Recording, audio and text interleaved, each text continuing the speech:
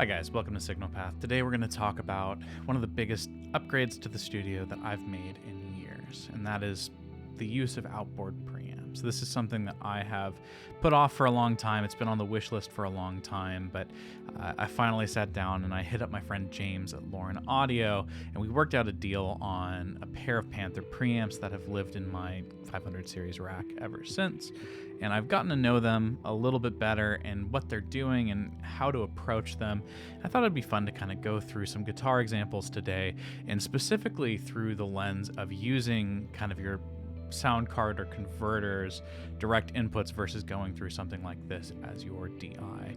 The Panther preamp has, like many preamps, sort of a couple of different modes of operation where it can take line level, it can take mic level, or instrument level, and so I'm using that as kind of a high Z input, plugging into the front of it, and using that as a DI on the back end of my quad cortex. And there are a few things that it does, and I think that can be generally said about preamps at large, but for the Panthers specifically, they're pretty weighty. They come through quite warm, and that is kind of fun because it allows you to push things like air and brightness and bring balance by adding a little bit of saturation and heat with the preamp. The preamp itself has 2 stages of gain and kind of a trim, as well as a couple of pads and other components that help you sort of tailor in for whatever signal you're bringing to it.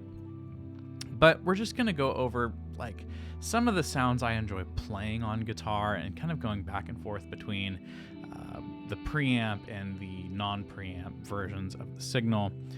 To talk through how we're doing this, I'm running into my pedal board and out from my pedal board into the quad cortex in stereo. And from there, we're using basically 2 sets of outputs to run to the kind of front of my Apollo XP and the front of the pair of Panther preamps. So you're hearing the same sounds kind of in duplicate on both the preamp treated side and the not treated side.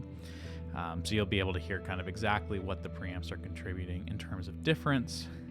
But this is something that has led to, I think, more inspired playing. It's something that just kind of feels a little bit better, and you'll hear some of that in the dynamics. It adds a little bit of warmth. It adds kind of some nice sort of mid character to it. But then when we get to the ambient sort of examples, I kick on the tensor at one point, and it kind of glues things together, especially in ambient contexts where things can be a little bit disjointed. The reverb can feel very separate and far from the guitar. It kind of brings those things back into some sense of connectedness, and I really, really appreciate that. But I'm curious what your thoughts are. I feel like the difference has been pretty massive. I think that it has allowed me to play things a little bit differently and focus on dynamics a little bit differently. Everything comes through a little bit more pretty on the way in, and I really, really appreciate that.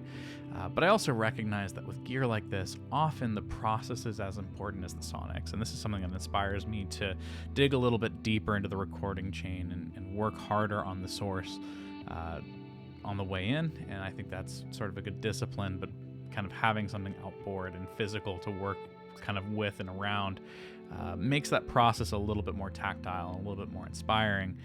But I think it's both and. I think there's the sonics and sort of the workflow experience that are both contributing here. So we're going to jump into it. But before we do that, if you like this kind of content, it would mean a ton to me if you would go ahead and like this video to let YouTube know to recommend this style of content in the future, and subscribe to the channel to follow along. Let's dive into it.